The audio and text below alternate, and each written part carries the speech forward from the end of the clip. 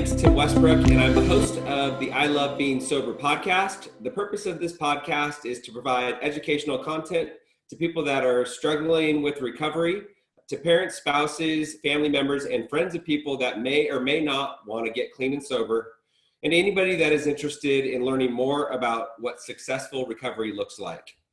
Today, I'm here with Shane Watson. Shane is a prevention specialist and public information officer for the Scottsdale-based nonprofit notMYkid. During his time with the organization, he's performed over 500 speaking engagements throughout the U.S., facilitated an early intervention program for teens, and done over 100 local and national media appearances for notMYkid. As a prevention professional, a parent, and a person in long-time recovery, his goal is to use his personal and professional knowledge and experience to help others maintain their mental and behavioral health. Today, Shane and I are going to talk about the importance of finding purpose in recovery, music as a healing tool in recovery, and also the work that he has done at notMYkid. Shane, welcome to the show. Thanks so much for being here. Thank you so much, Tim. I'm glad to be here. So let's, I guess first we're going to kind of dig into your story.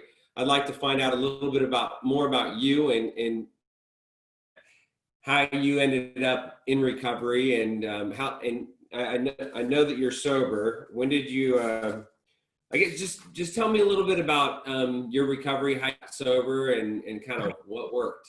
That sounds good. Well, I'm a Phoenix native. I've lived here my entire life, all 44, coming up on 45 years.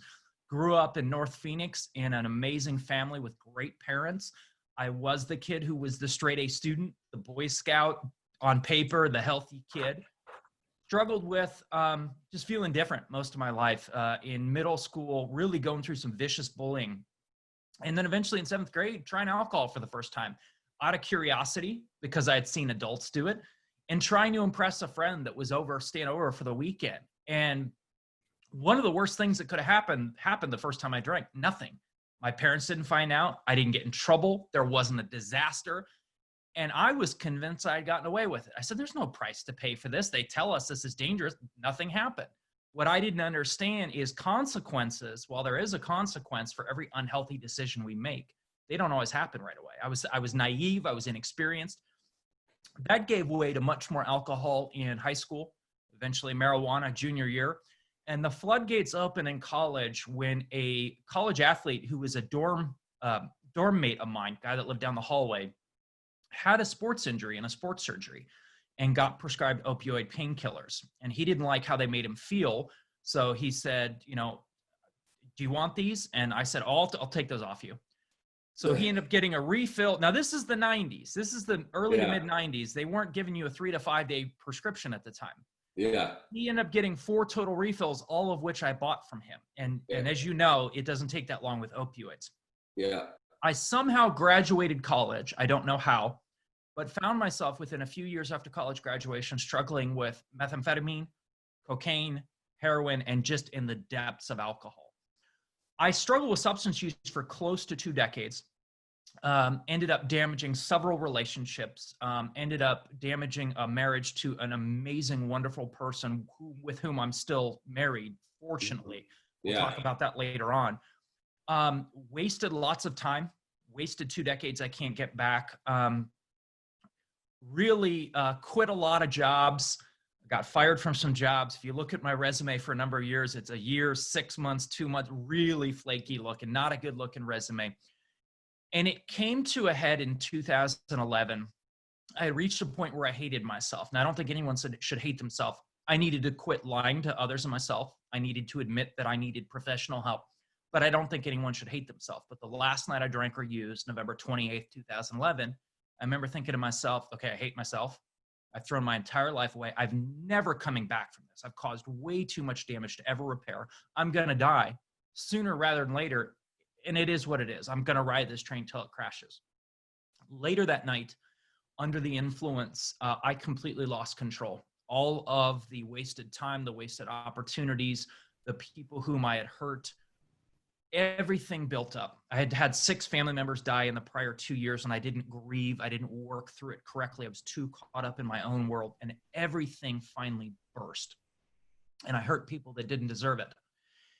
And that night I was arrested. I was charged with 2 misdemeanors and 2 felonies. And if I'd been convicted of everything I was charged with, I was looking at doing about 3 to 5 years in the Arizona Department of Corrections. And I woke up in Durango jail, part of the Maricopa County detention system, a place that's loud and crowded and chaotic and violent. And I'm thinking, how did I get here? And I don't just mean what happened last night, like, how did I get here? And I had nothing but time to trace it back. And I traced it back, if I'm being honest with myself, to that first drink in 7th grade. That's what opened that door for me. And I became willing to do anything to repair those wonderful relationships with my wife, with my parents, with my friends, my family. And while my case was pending, I bailed out of jail and I moved into the Phoenix Dream Center. Don't let the name fool you. It's harder than jail in most aspects. In jail, you can hang out in your cell all day. At the Dream Center, we were up every day at 4 a.m., on the bus by 4:15, run through a workout by a former rugby star, back to the Dream Center doing labor, maintenance, homeless outreach, church classes until 11 p.m., lights out, start again at 4 a.m. the next day. Wow. Hectic, but it was good. And while I was there, and I poured myself back into my faith, back into my higher power, back into those healthy coping skills, music, writing, art, sports, fitness, nutrition, hiking, good things started happening for me again. I managed to gain back my self-respect. I gained back others' trust. I started to laugh. I started to have hope again. And I brought back not only the things and the people I thought I had lost, which is forgiveness, which is mercy. I got grace. I got gifts that I never deserved. And I now am the dad of an amazing, beautiful, incredible little 7.5-year-old girl. And these are the gifts of sobriety. These are the gifts of recovery. I have my marriage restored. My wife, who prayed for years that guy she originally met was still in there somewhere. I have a wonderful relationship with my parents again. None of this would be possible if I wasn't in recovery. If I was the person that I mentioned back in that story, I would not be handed the reins of an early intervention program and notMYkid. I would not be given hosting opportunities on the podcast that I host. And if I had been given any of those opportunities, I would have found a way to run it into the ground by now. So that brings us up to present day, 7.5 years with notMYkid, 8.5 years in recovery. And I wake up every day and the first words out of my mouth, it used to be back when I was drinking and using, the first 2 words out of my mouth, I can't repeat on your show. One of them is a pretty heavy word there. Yeah. And now the first 2 words out of my mouth are to my higher power. Every morning, as soon as I wake up, the first 2 words I say are thank you. Thank you for this day. Thank you for my family. Thank you for another opportunity. And that's how I start my days. And that's where I'm at now. It's a long answer to a short question, but that's 44 years in a nutshell. Wow. Wow. Okay. I can relate to your story. We have a lot of similarities. We're about the same age. I got sober March 8th, 2011. So there's a lot. I mean, there's a lot there. I can relate to a lot that you're saying. So going back, when did you finally realize, I mean, I don't know about you, but I realized that I had a problem. I mean, and so when did you realize that you had a problem? And for me, it was kind of like, it progressed. It was like, yeah, I probably have a problem. Yeah, I probably need to stop. And then it was like, no, I like drinking. I like doing drugs. I like the way it's recreated, so I kind of went back and forth. When did you first realize that you had a problem and you wanted to make a change? I think the very first time, if I'm being honest, although I was in denial to myself about it, was my junior year when my drinking frequency, my junior year of high school, when I started drinking almost daily. I had a bottle of Jack Daniels hid in my closet. I had a friend with a fake ID, and so I could get it whenever I wanted. When I started focusing on that daily and I quit playing sports, I spent less time on music, writing, and art. I spent less time with the people I cared about, and I lied about why I was spending less time with them. I remember sitting in my room one day and thinking, you're doing this every day now. You're no longer spending time with those people, or you're spending less time with them, and you lied about why. Maybe this is getting out of control. So I could have taken 1 minute at that point and been honest with myself and formed a plan and said, okay, yeah, I got to be real. This is starting to get out of control. Who do I talk to? Who's the trusted person? But that logical, sane, rational, healthy thought of, I'm doing this too much was immediately followed by another thought, a lie, an excuse, a justification, which was a pattern through my story. And my next thought was, I'm a high school student. I'm supposed to be experimenting. This is a normal part of growing up. In college, I told myself, I'm a college student. I'm supposed to be partying. This is a normal part of growing up. As an adult, I told myself, I get to do this. It helps me cope with my problems. Never mind the fact that alcohol and drugs were the source of all my problems at that point. When it really sunk in hard for me, though, was 2 points I can think of. One was when my wife found a vial of cocaine in my jeans pocket in the laundry and confronted me about it. And she had been noticing, I'd been getting nosebleeds when I'd never had nosebleeds in the entire time she had known me. The pupil dilation, just the weird behavior, the rapid speech, all that, weight loss. She confronted me about it. And I said, no, it's a weight loss supplement. I told her it was ephedrine. I'm using it as part of my cutting phase in the gym and whatever, and blatantly lie, and then did the anger thing. That was one of my defense mechanisms, as I would make it so uncomfortable for that person who was confronting me correctly, rightfully so, they were confronting me. Mm-hmm. I would just anger back at them. And then the other time when it really sunk in, and this is madness right here, I was by myself at home for a week. My wife was out of town, and I had been using cocaine and methamphetamine and alcohol for close to 3 days straight. I was wearing a fentanyl patch that I had gotten from someone, and I had cut open another fentanyl patch, and I was eating the gel out of it to circumvent the time release mechanism, and came the closest I've ever came to dying. There was a 3-hour period where my heart was racing. I was shaking uncontrollably. My peripheral vision blacked out from the sides to where I could see about this much in front of me. It was terrifying. And yet here's the madness of addiction. 5 minutes after the last symptom went away, I grabbed the cocaine I had and I started doing more. Mm-hmm. So those were the times where it clicked, and there were many more. But like that one with my wife, it was like the addict is like, how dare she? But then there's the real me back there saying, you're lying to this person that you love. She's right to be concerned about you. That was scary, because you know what? We were probably only 5 years into our marriage at that point. And it was sad what I put her through. She didn't deserve any of that. Yeah, it's I can totally relate to the destruction and the wreckage and the lying and the cheating and the manipulation, and yeah, I mean, we're so when did you and your wife get married? April 8th, 2000. So we just passed 20 years. Wow, congratulations. Thank you. Congrats. So she dealt with you for a long time while you were kind of in and out of your addiction. I didn't get sober until my sober date is November 29th, 2011. Yeah. That is a lot of patience. That's a lot of love. That's a lot of mercy. Like I said, she was praying and believing that the guy that she met in college, she met me during a 3 to 4 month period of sobriety where she fell in love with the person that I actually am. She saw that guy, and then that guy disappeared quickly after that. Yeah, most people would have been gone much more quickly than that. And that's something I give thanks for every single day. If it was not for my higher power, which is obvious, and if it was not for her, I'd be dead right now. I have no doubt about that. Yeah.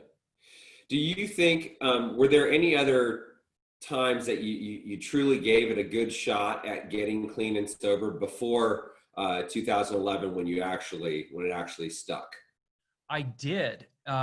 In 2005, the fall and winter of 2005, that's when my cocaine use really accelerated, and those come downs were so hard. And every time I'd be like, I'm never going to do this again. And it was like, I was going through a lot, and it was brutal. I'd lost a ton of weight, and I kind of self-intervened. One day I called together just randomly. I would have these moments of clarity. I'd have these moments where it was like, you need to pick up the phone and call someone right now, because I'm feeling this feeling. I'm feeling this willingness to be honest and ask for help. And those windows are fleeting. You know that. And so one day I finally, in December of 2005, I called my mom. I called my wife at work. I couldn't get a hold of her. I called my mom. I couldn't get a hold of her. I called my dad. I don't remember who I finally got a hold of. It may have been my dad. It may have been a friend of mine. And I finally just spit those words out. I'm like, I'm a cocaine addict. Like, I need help. I self-intervened. I called together my wife, my parents, my aunt, uncle, cousin, and one of my best friends from junior high who was still around in Phoenix. I said, I got to sit down and talk with you guys tonight. And we sat down and I just kind of spilled it all out. And some of them were a little surprised, but some of them were like, yeah, we've seen this. Yeah. And I went in December of 2005 to Calvary Center in Phoenix. I committed myself to recovery. I did everything I was asked to do. I said, I'm done with this. And I went in there with the best intentions and I came out on fire. And I stuck with it for about 9 months. And then So you were there for like 30 days. 30 days. Yeah. Did the 30 days. And then when you're done, you're like, I got this. Like, yep. I'm good. I'm never going to drink again. Never. I'm never going to shoot dope again. I'm not doing another line of cocaine ever again. No. That life is past me. I guaranteed you that I was like, this is over. No way. Right. I did 90 meetings in 90 days. I did my 90 and 90. Yep. 9 months later, the stresses of life caught up with me. And I think one of the biggest things that caused my downfall was complacency. Mm-hmm. You get a little bit of clean time. This story is very familiar. This is not unique. You get a little bit of clean time and you start getting complacent. You start getting lazy. You know, recovery is not complicated, but you can't be lazy about it. You got to put certain pieces in place every day. And if you start leaving this one out and this one out, you're setting yourself up for a fall. And every time I relapsed, every single time, this is what precipitated it. You know what? I can have a beer. You know, I can have a drink. Like, I can have one or two. Like, I can do that now. I think I can moderate. Everybody I've met in recovery says this to themselves at some point or did. Yeah. And without fail, I would go and I'd go have a drink or two and I'd maintain it for, I don't know, a day, a week, a couple weeks. Sure. Inevitably, 1 or 2 drinks becomes 12, becomes 15, becomes 20, becomes I'm on my phone with that dealer and I'm back and running again. And I'm that complete train wreck within a matter of weeks. And so there were times, that time that I sought professional help, there were times I tried to do it on my own. There were so many times I wanted to stop. I could not stand who I'd turned into. Other people, as frustrated as they were with me, I was even more frustrated. I was like, I don't want to be this guy. Yeah. But it never fully stuck. I feel like the pain for me had to be great enough to make me never want to go back to that place. Waking up in Durango thinking, I've lost everyone and everything good in my life, and I'm never going to get this back. And my family letting me sit there. I called my family on the phone from Durango, from my pod, and I was like, hey, I need you to bail me out. And on the advice of a family friend who's a pastor, they said, no, we're going to let you sit. And it broke my heart, but it is the best thing they ever could have done. Then about a week later, that same pastor came to do a church service at Durango. I went to the church service. He saw me. He pulled me aside and talked to me and saw that I was broken. Like I was broken. And he went back to my family and said, you can get him out now. He's learned his lesson. We want him to move in with us at the Dream Center. And so that's how that started. Okay. Okay, so going back to you're clean and sober for 9 months, and then, so what changed leading up to that point? Because you got to a point where you finally were like, okay, I think I'm good. Like I can handle 1 or 2 drinks. Like at that point, did you have a sponsor? Did you tell your wife first? Did you tell anybody about your amazing plan to reach to the being a normal person? I pestered her relentlessly. She told me from the get-go, this is a terrible idea. She went to family day at the center I went to, and she did her part to, as the spouse of someone in recovery, to learn what she's supposed to do and not supposed to do. And when I would come to her like, oh, let me do this, she was like, this is a terrible idea. Don't do this. And I just was relentless. When I was an addict, I would break people down. I could just break people down to get what I wanted. And I did have a sponsor. I was going to meetings. I ended up dropping my sponsor at a point, and it was a weird kind of thing. I had a conflict where I was staying with a family member in the hospital. I had a family member who was a quadriplegic who had cerebral palsy. My cousin, my aunt, my uncle were moving out of their house. They had to be out of their house by a certain point. they had to be there for the move. And my aunt only trusted 3 people other than herself to stay there with my cousin.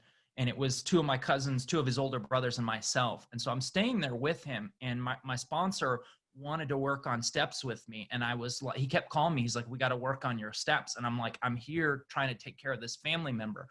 And so it was just, I think part of it was like, I was just, I think it was, I was not ready to commit at the time. And then part of it was, I was just like, I was so overwhelmed by what was going on with him. They thought he was going to die.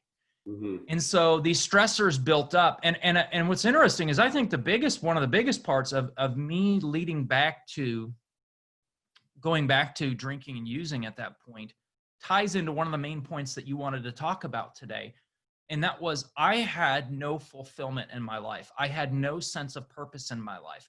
Throughout my life, from college up until I found notMYkid, I got a degree in communications and journalism. I worked for some amazing companies, some great companies, but I ended up in positions and industries where I came home at the end of the day and I said, I'm not fulfilled. I don't have a sense of purpose. I don't feel like this is what I'm supposed to do. I worked for Discount Tires corporate headquarters, amazing company, great company. I wrote product descriptions. I have no passion for tires and wheels. How many ways can you say this tire is round and black? And I'd come home and say, this is not my purpose. When I would go to meetings and there'd be some new person, I had a kid sitting next to me one time who was shaking and he was in tears. And the most purpose I ever found was at a meeting, comforting that kid and saying, you're going to be okay, man. We're going to get you through this. And I was like, oh, this is it. How do I turn this into a profession? Well, it was when I was on probation, when I had to fulfill some obligations for my probation after that final arrest, when I got nailed with a felony and I couldn't get most jobs, that I ran into a guy that used to speak for notMYkid, and he heard me lamenting to someone, man, I've got all this experience, I've got all this passion, and nobody will hire me because I have a felony. And he spoke up to me. He's like, I'm sorry, I don't mean to be eavesdropping. He's like, do you have any public speaking experience? I said, I've got years. He said, do you have a story to tell? I said, oh man, do I? Go apply to this place called notMYkid. I said, I have a felony though. He said, as long as you don't have crimes against children, they'll give you an opportunity. You have to be at least a year clean and sober. Yeah. So the problem was, I never felt that sense of purpose. I felt like everything I was doing was pointless and unfulfilling. That was part of it. And then another big part of it was I always semi-committed, but I never 100% was committed to my higher power. When those things clicked, when I found a sense of purpose serving others, and when I fully committed to my higher power, that's when things changed for me. And so when you got sober the last time, you were, and so how long had you been sober when you ran into that guy that told you about notMYkid? I was at about 9 months at the time. And so I went there at 9 months and applied, and the executive director at the time wanted to hire me on the spot. She's like, if we let you go, I can tell we're not going to get you back. Somebody else is going to snap you up. She asked someone if they could bend the rules for me, and he came back and said no. And it was a blessing in disguise, because in that 3-month interim before I could come back, my daughter was born, and I got to spend the first 60 days of her life with her uninterrupted. And that's time I can never get back. So I think that was a plan there. I think that was a plan beyond me.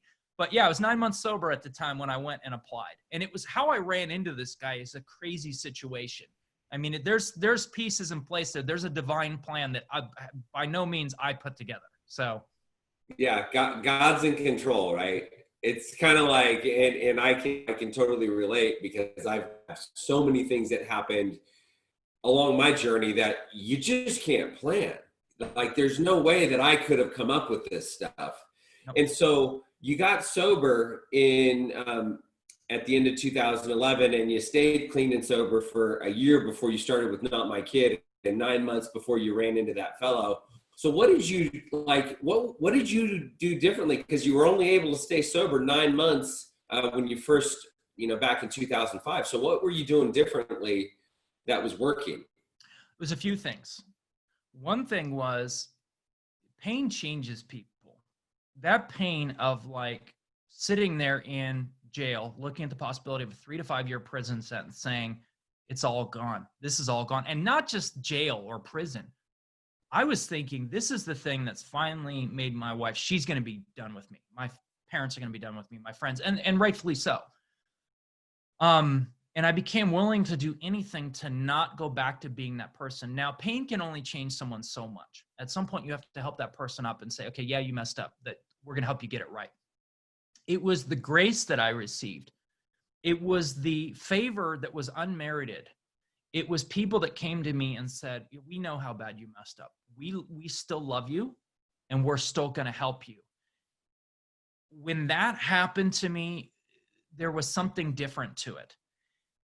It was something changed in me, and I don't know if I can even articulate it. There was a change beyond my ability to comprehend somewhere within that 9 months. When I stood there in that courtroom on my sentencing day, that was one of my most intimidating days. And I'm there in a suit, and I'm thinking, if this judge decides to send me to do time, any amount of time, I'm going to be sitting there in a holding cell with a bunch of guys. I'm going to be in a suit.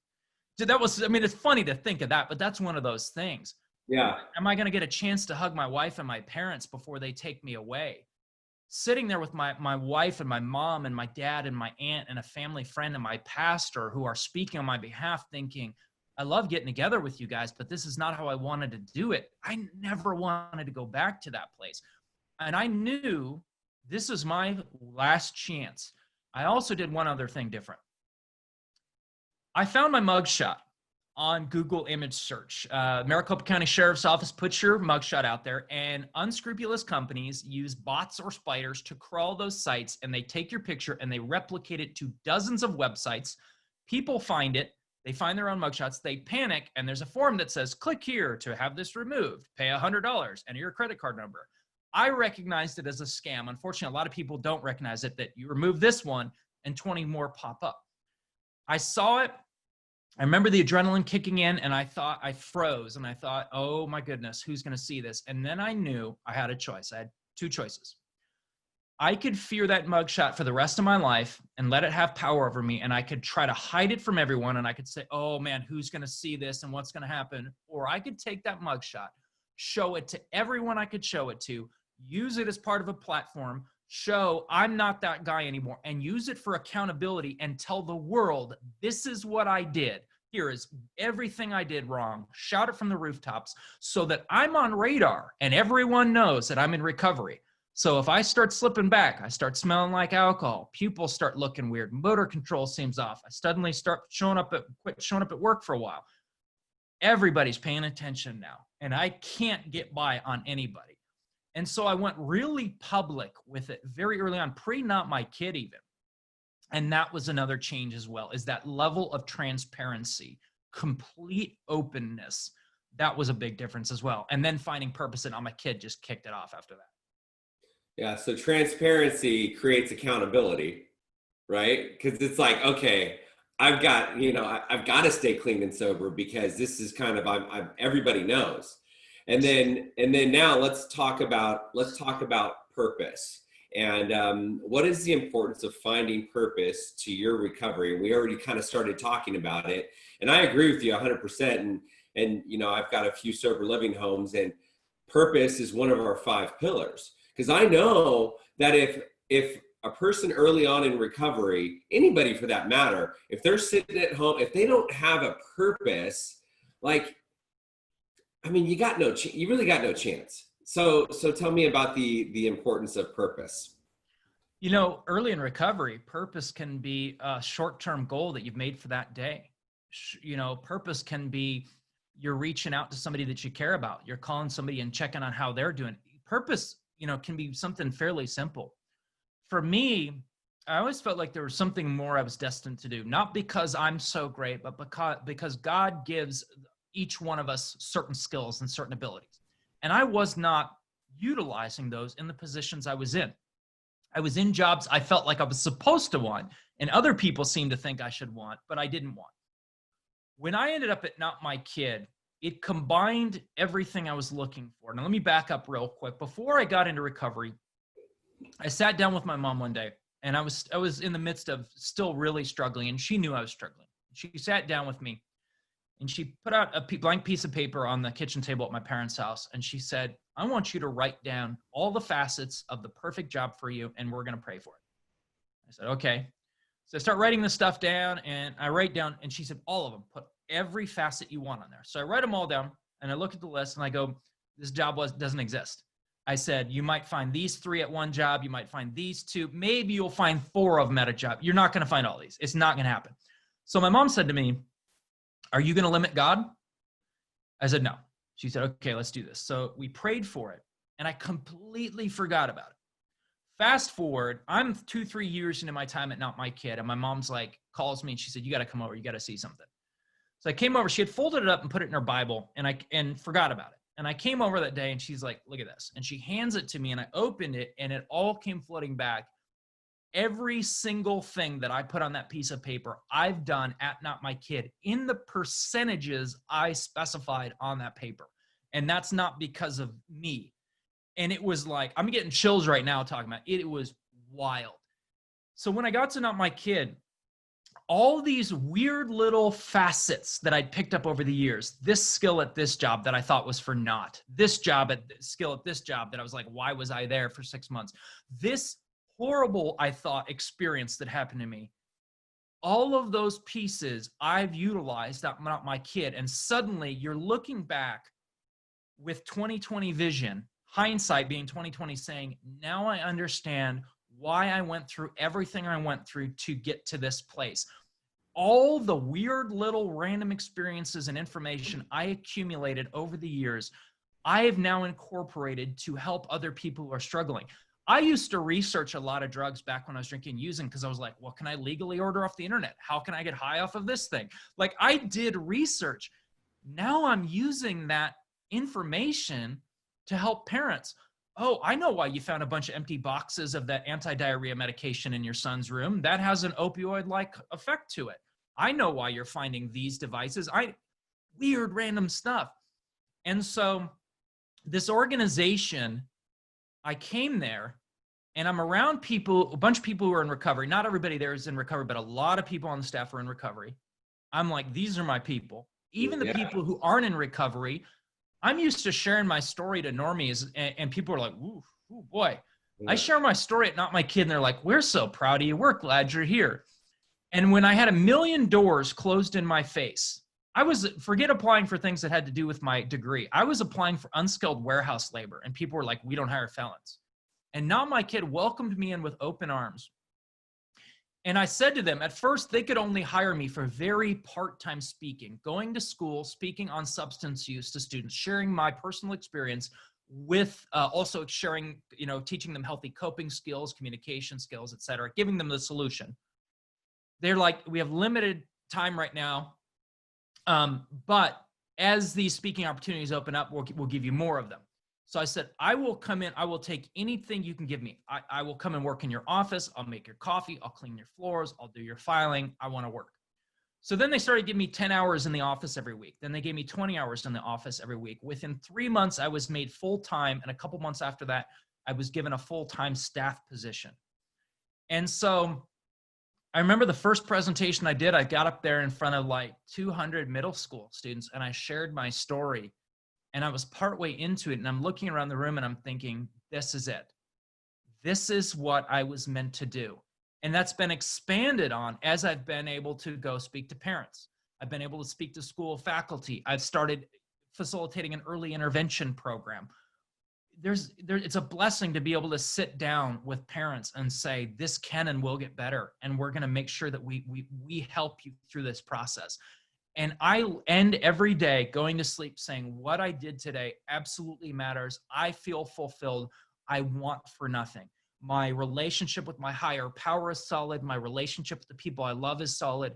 And what I'm doing has purpose, and I'm fulfilled. So I don't have to go seek that fulfillment in alcohol or drugs. Those things were missing, which is why I kept going back to those things. That's amazing. That's amazing. And how do you guys help people at notMYkid find their purpose? Oh my goodness. how do we help people? At notMYkid, how do we help people find their purpose? Yeah. Well, two different ways. That's such an important part of your journey, right? Yes. That you discovered, and I've discovered as well. And I know, like, you've got kids, and you've got parents for that matter, Yep. that you guys deal with. How do you guys help people find their purpose? By getting them on the track that's going to allow them to get there. In our early intervention program, Project Rewind, we help middle school and high school students who are dealing with mild to moderate substance use issues. A lot of schools refer them to us if they get caught with drugs or paraphernalia on campus. A lot of parents come to us if they find alcohol in their child's room. Some parents come to us being preventative. One of the questions that we use as a discussion question in the group, we send them home with it after session 1 and they come back with it for the kids, is, what are your hopes or dreams for your future? What will your story look like in the next year? How about 5 years from now? Because if we have a mile marker, we have a signpost, we have something we're aiming toward that we want for ourselves, it becomes easier to recognize what we don't want for ourselves. And so by getting kids off the path that's going to lead to ruin, that's going to lead to addiction, incarceration, getting caught up in the system, God forbid, death, putting their parents through what I put my parents through, I don't want that for anybody. So by taking this time with them, we show them the two paths that they can choose. We show them the choice that they have. And then also by making it clear to them, you're not a bad person. You know, you've made some decisions that are unhealthy, and that's the word, it's health.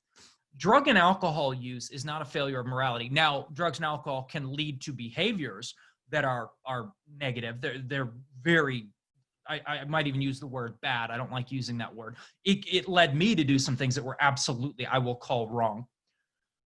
But a middle school student under peer pressure drinking or using isn't a bad kid.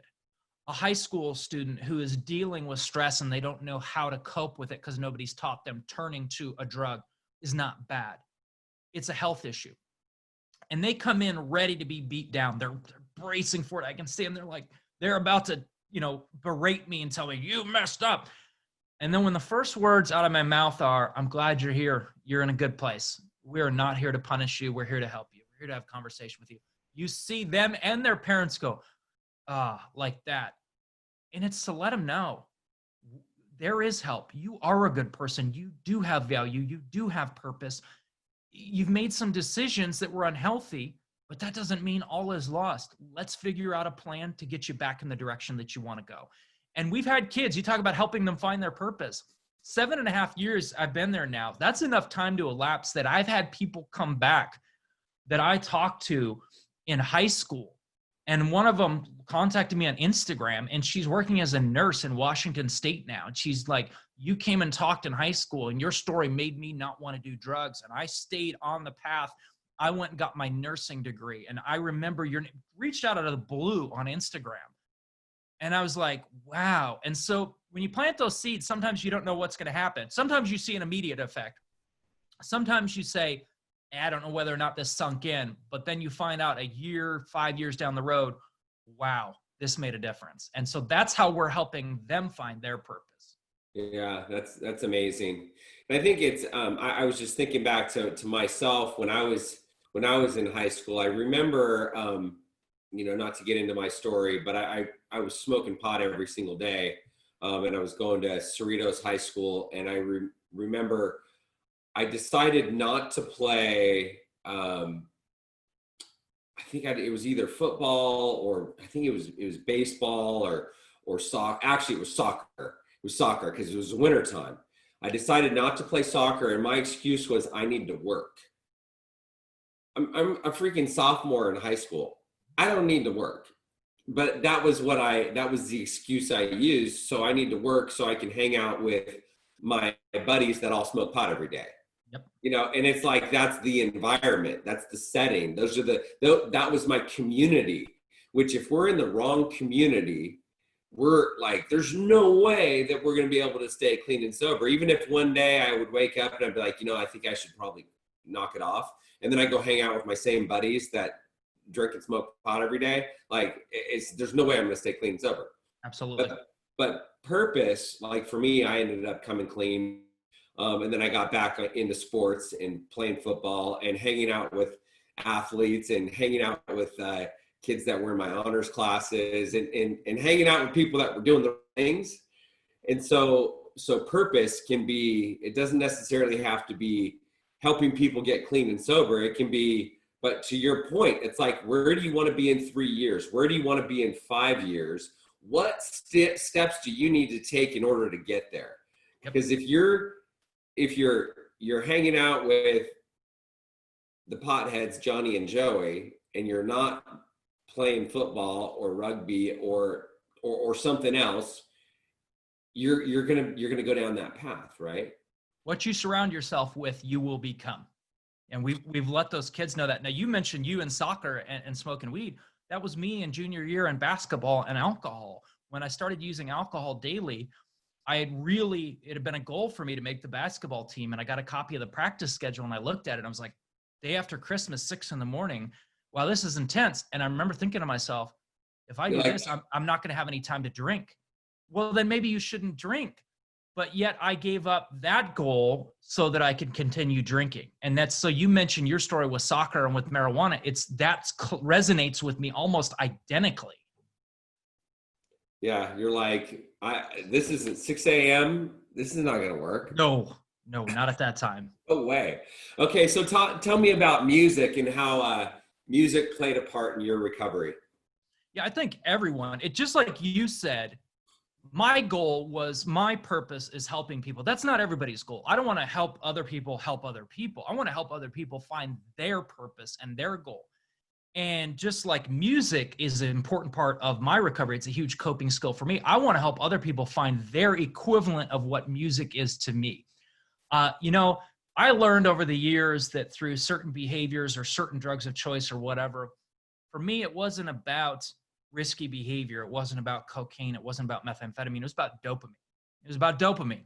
Mm-hmm. And if I play the right song, now that I'm not drinking or using, now I'm not tampering with my neurotransmitters, I play the right song, I can get high off the right song. I can get that dopamine release where I'm like, wow. And I'm mashing repeat 30 times. I'm putting the stylus back at the beginning of the record over and over and over again, driving my family nuts. Yeah.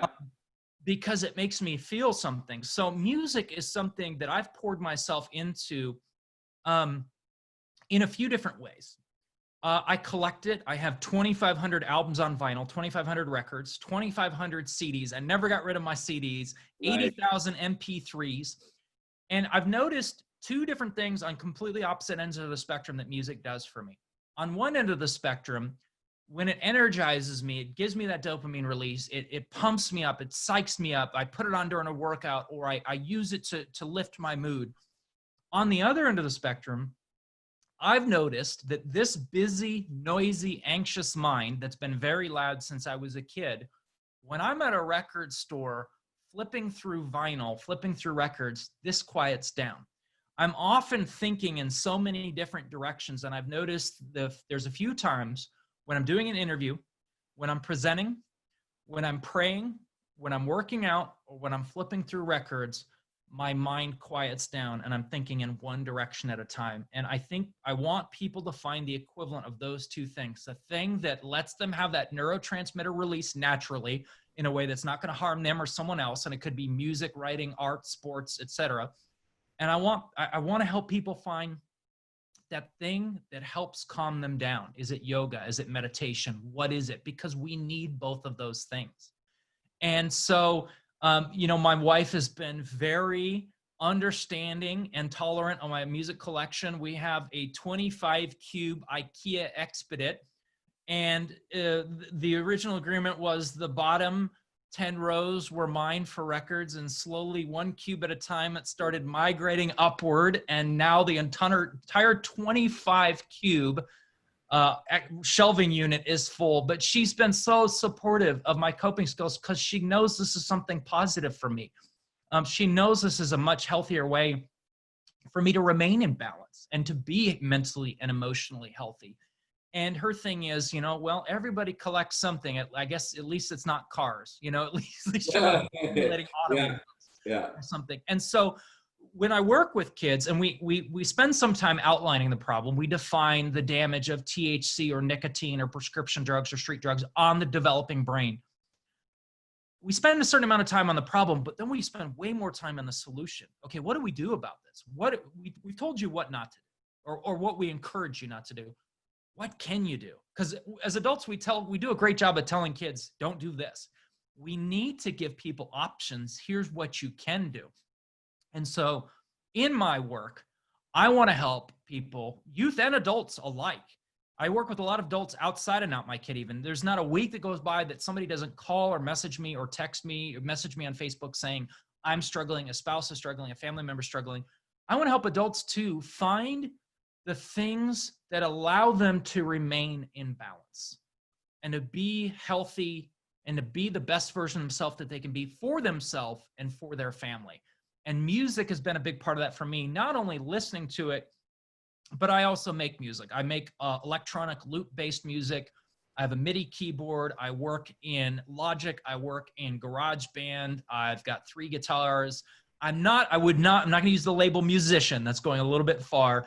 I like making music-ish projects. And that's an outlet for me as well. So.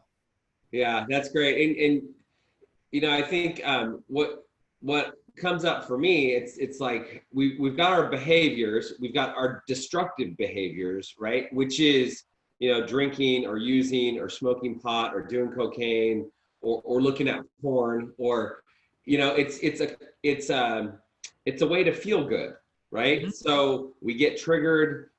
So it's a solution.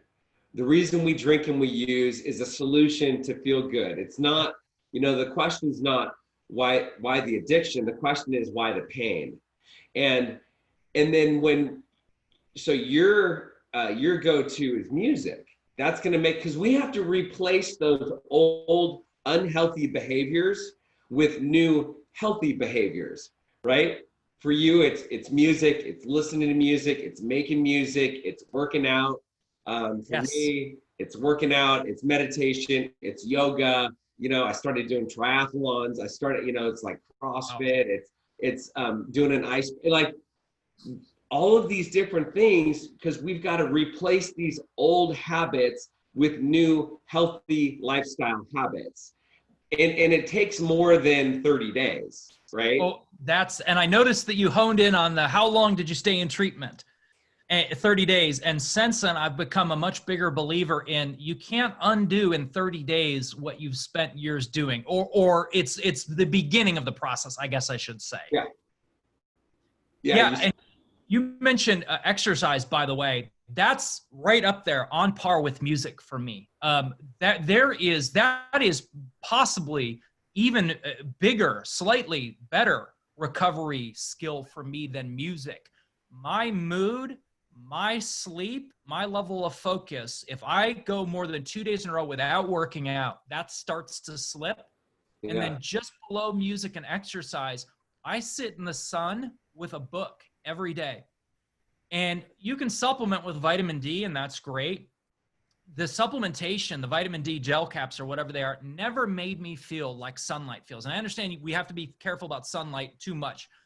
Oh my goodness, what a difference for me, you know, because I feel like I naturally have certain neurotransmitter imbalances based on behavior I saw as a kid, what types of substances I really gravitated toward. I have reason to believe that my dopamine is a little bit off. I don't know if my receptor sensitivity is low or my dopamine levels are low, but I've noticed when I do these things, I feel like a normal person. Yeah, I can relate to that.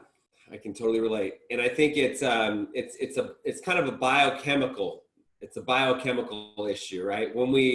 Because when we start drinking and using and doing drugs, we alter our physiology, where like our bodies stop producing and stop working the way that they're supposed to work. So it's like prayer, meditation, exercise, supplements, sitting out in the sun. Those are all things that help our bodies get back to where they were before we were drinking and using.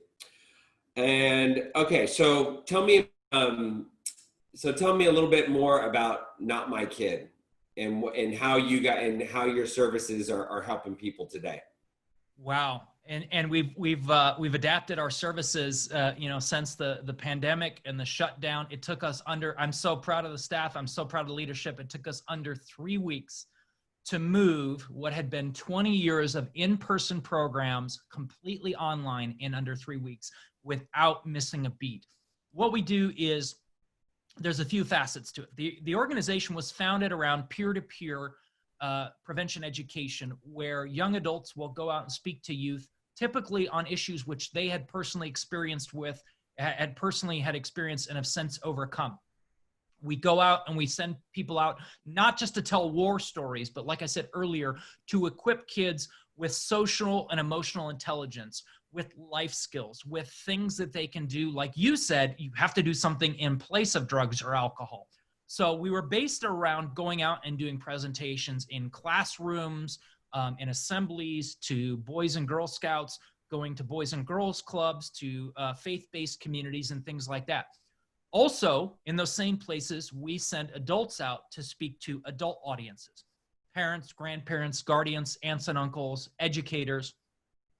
Then after that, we have the Project Rewind Early Intervention program that I mentioned. That's a 6-hour program where families go through together, parents and teens go through together, and we create a dialogue with us and the families within the family that we want them to have when they're outside of the program. We go through the signs and symptoms of substance use, the actual dangers involved with the drugs that tend to be most popular with kids: alcohol, THC, nicotine, prescription drugs. We talk about the healthy family communication. That is one of our programs that we started about 3 years ago, and I've been part of Project Rewind since it began. I'm incredibly proud of the change that I've seen in families in that program. We also teach BOTFIN life skills. It is a research-based curriculum. It is evidence-based, curriculum that we teach to high school freshmen. It is a 10-session curriculum where we teach high school freshmen things that equip them to make healthy decisions, maintain healthy relationships, use healthy communication, be savvy media consumers. Then something fairly new that we've started, that we've moved online, is called Teen Talk. We do it through Zoom every Tuesday at 4 p.m. Mountain Standard Time.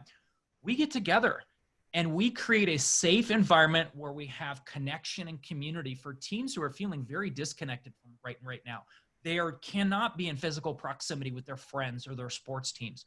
We go in with a theme, we go in with a discussion topic and a dialogue, but we also leave enough wiggle room that if we have a kid that came in and is like, I need to talk, I'm hurting, I need support, we create that supportive environment where that person can do that.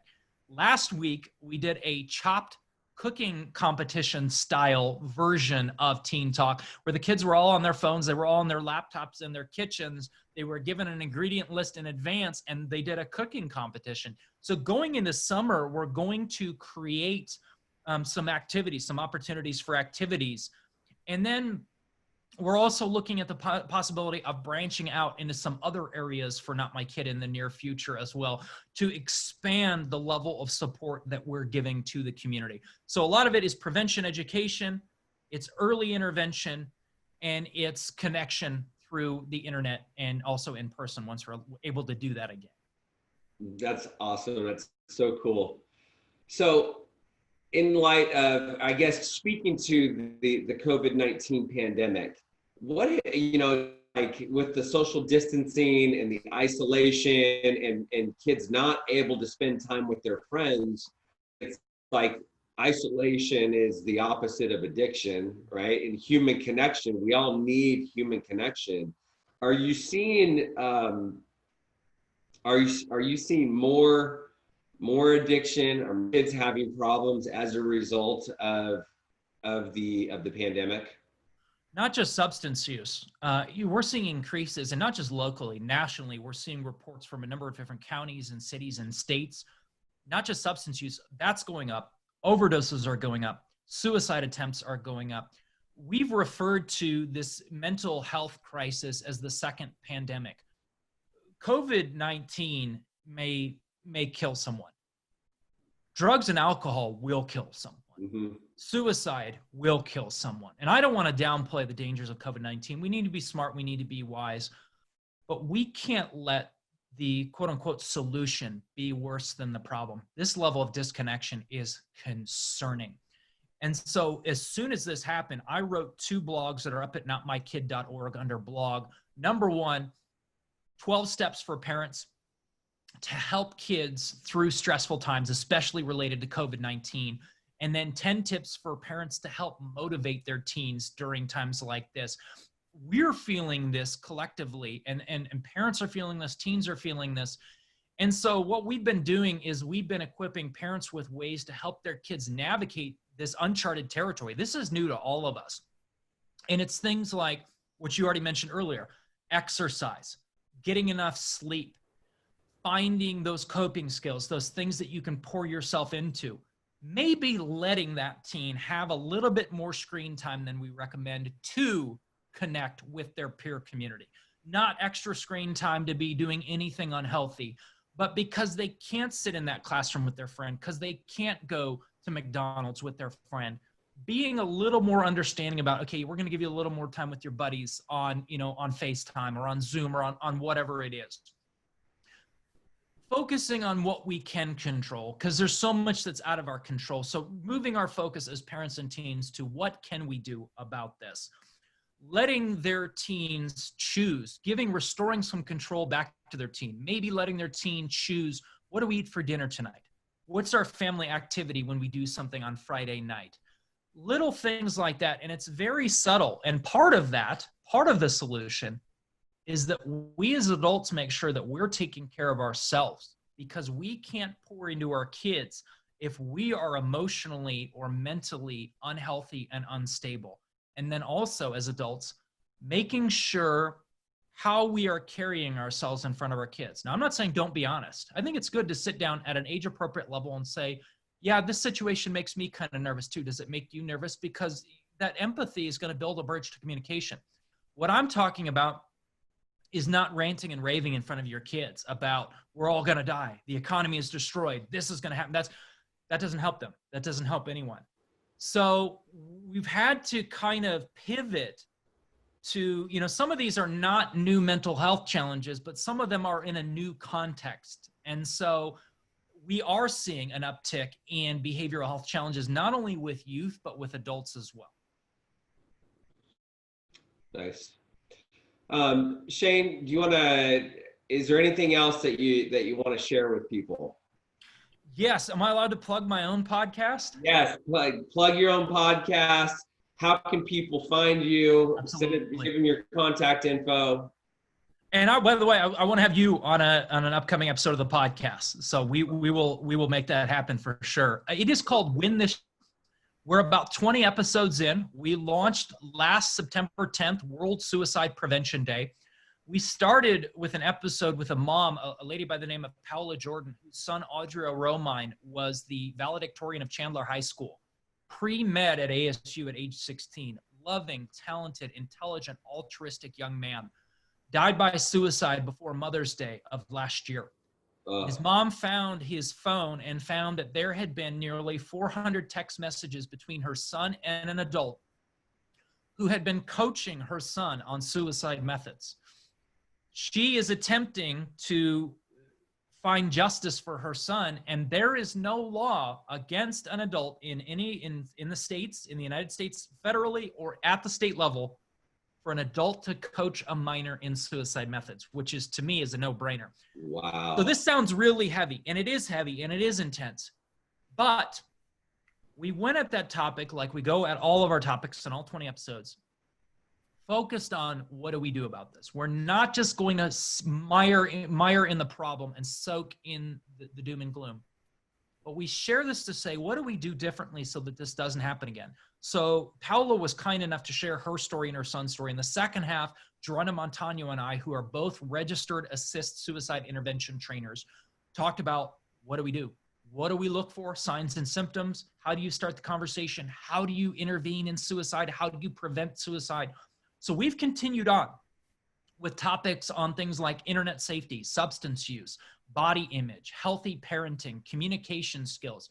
And we aim to be, on every episode, interesting, inspiring, and informative. We want you to hear every episode and feel something, hold your attention, and we want you to walk away saying, I've learned at least one, preferably more, tangible things, actionable steps that I can apply to my life, especially as a parent right now.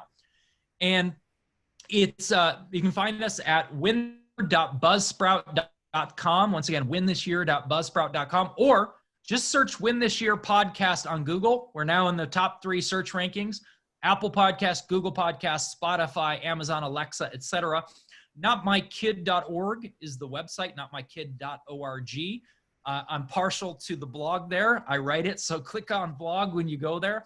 And then also you can find us on Facebook under notMYkid, written as one word. And you can find us on Instagram under notmykid.org, spelled out D-O-T, notmykid.org. Somebody else had already taken notMYkid. And to the people watching, the people listening to this, if we can be of any support to you in any way, even if it's not related to one of the six topics that we speak on, contact us. If you are going through something, if your child or a family member is going through something, reach out to us. Even if we aren't the right people to help you, we will connect you with that higher level of care. And then our email address is info@notmykid.org, info, info@notmykid.org. And we're happy to help in any way we can, even if it's not a specific program of ours. I feel like you asked us what programs we did, and I feel like that accounts for half of our time. The other half of our time are these random one-off things that we get that aren't necessarily tied to our programs, but it's someone in need, and we're going to rise to that challenge, and we're going to help that person, which I love because it keeps things interesting. We never know what's going to come our way. So thank you so much, Tim, for allowing me to be on here. This has been a fantastic conversation. I've had a lot of fun. Yeah, this has been great, Shane. Thanks so much. Truly appreciate your time, and we'll catch up with you later. Absolutely. Thank you, Tim. Have a great day.